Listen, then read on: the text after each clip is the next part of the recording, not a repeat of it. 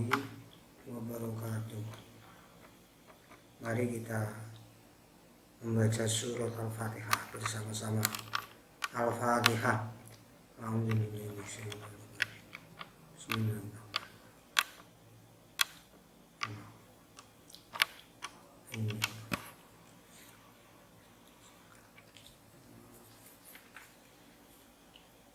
Tidak usah. Alhamdulillahirabbil alamin.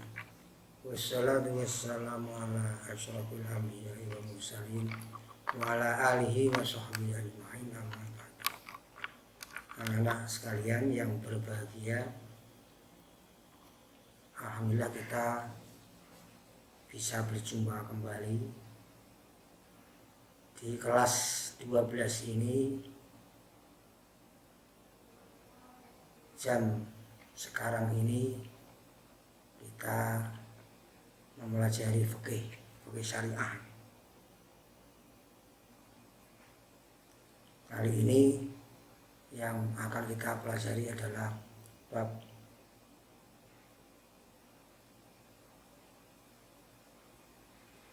yang masih pertama ini.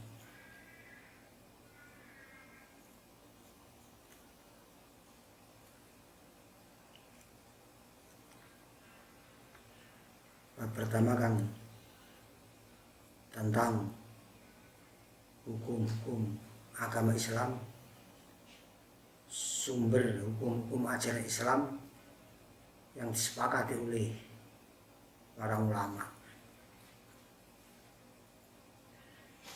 Yang pertama itu Al-Quran Karim, kemudian yang kedua Al-Hadis. Kali ini kita akan membahas tentang al-hadis itu. Ta'rifnya atau definisinya, hadis itu adalah aqwalun nabiyyi sallallahu alaihi wasallam wa af'aluhu wa taqriratuhu, yaitu perkataan Nabi, pekerjaan Nabi, dan ketetapan Nabi. Ringkasnya seperti itu.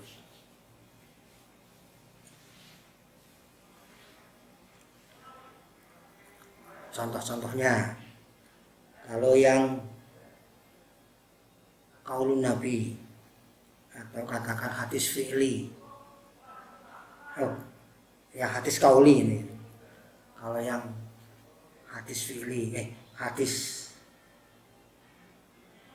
qauli ya, contoh hadis qauli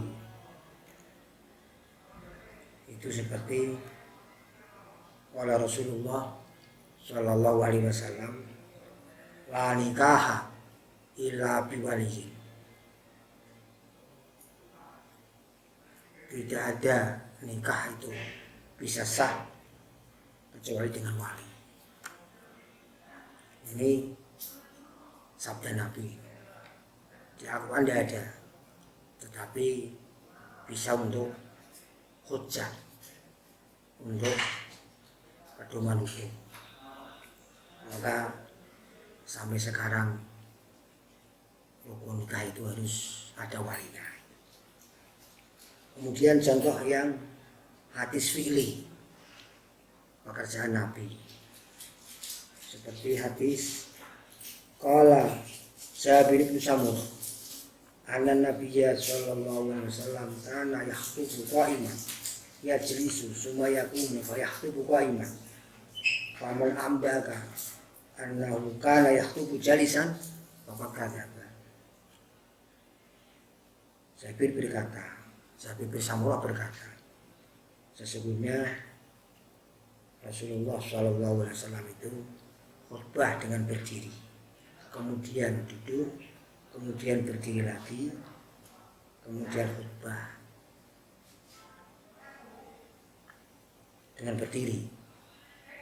Barang siapa yang bercerita kepada kamu bahwa Rasulullah itu khutbah dengan keadaan duduk, itu bohong.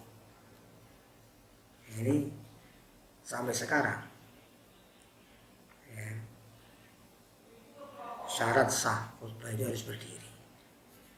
Dari syarat sah khutbah Jumat harus berdiri itu diambil dari hadis Rasulullah Shallallahu Alaihi Wasallam yang berupa hadis fi'li seperti itu. Kemudian yang hadis takriri, ketetapan Nabi. Maksudnya takriri itu ada suatu peristiwa kemudian Rasul diamnya Rasul itu menjadi ketentuan hukum. Contohnya ini, Qala Ibnu Abbas, ukilan dobu alama idati Rasulillah Shallallahu Alaihi Wasallam. Ini menurut Ibnu Abbas pernah terjadi hewan dob atau biawak itu dimakan oleh para sahabat Nabi di hidangan Rasulullah Shallallahu Alaihi Wasallam. Di situ ada Rasulullah, tapi Rasulullah diam. Mereka para sahabat menikmati makanan dan termasuk hewan dog ini. Yang termasuk makan di situ adalah Khalid bin Walid. Daging hewan ini dibakar itu. Dimakan Khalid bin Walid dan bersama teman-temannya itu. Tapi Rasulullah Shallallahu Alaihi Wasallam tidak ikut makan. Kemudian ditanya oleh salah seorang sahabat, "Wahai Rasul, apa haram ini?" Saya bilang tidak. Tapi daging biawak itu tidak ada di tanah kampungku. Jadi saya tidak pernah makan. Rasanya tidak enak kalau mau makan. Tidak biasa. Ini. Jadi semula Rasul diam, tapi mereka memakan biawak itu. Jadi diamnya Rasul ini bisa menentukan bahwa dab itu hukumnya halal. Mengapa hadis Nabi yang di situ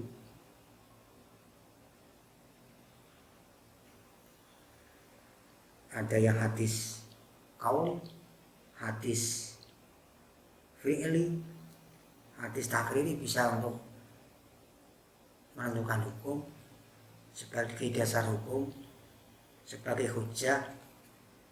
Ya karena Rasulullah itu adalah orang yang maksum.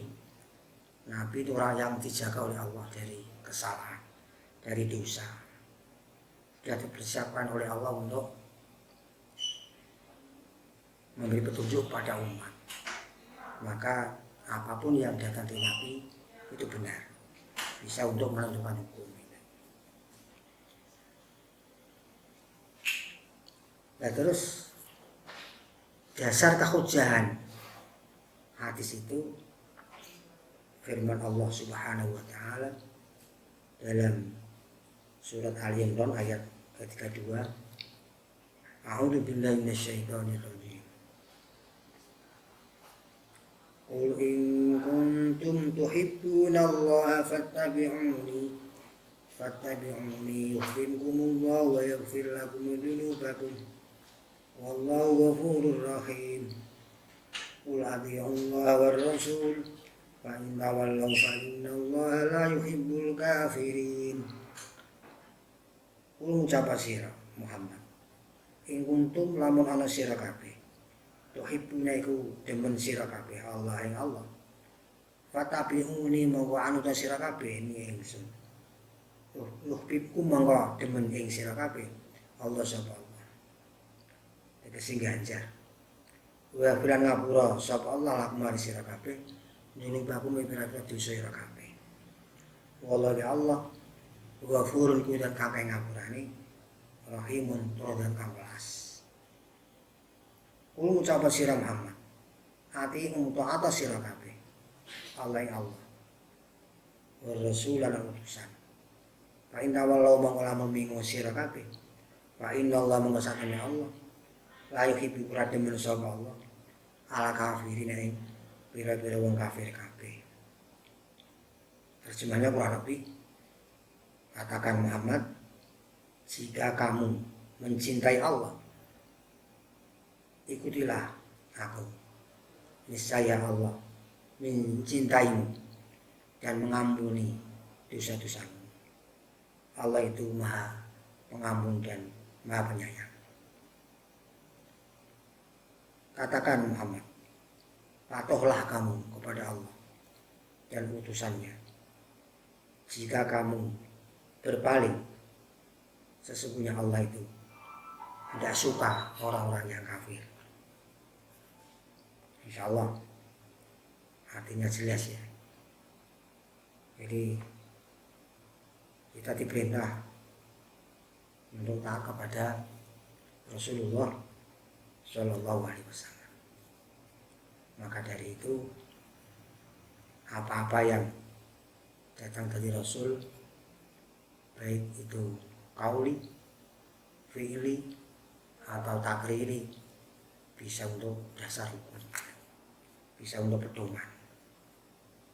Ayat-ayat yang menerangkan tentang kita harus taat kepada Rasulullah itu banyak sekali. Ini salah satu di antara ayat-ayat tentang taat kepada Rasulullah. Hadis pun juga banyak sekali. Maka silakan bukumu nanti dipelajari, ya. Baik yang berupa ayat-ayat Al-Quran, hadis-hadis Nabi, dan lain-lain dipelajari. Akhirnya wallahu a'lam bishawab, sebagai tugas tulislah ayat-ayat Al-Quran dan hadis-hadis Nabi yang menerangkan tentang taat kepada Rasulullah SAW, serta makna gandul dan terjemahnya. Sekian, wassalamualaikum warahmatullahi wabarakatuh.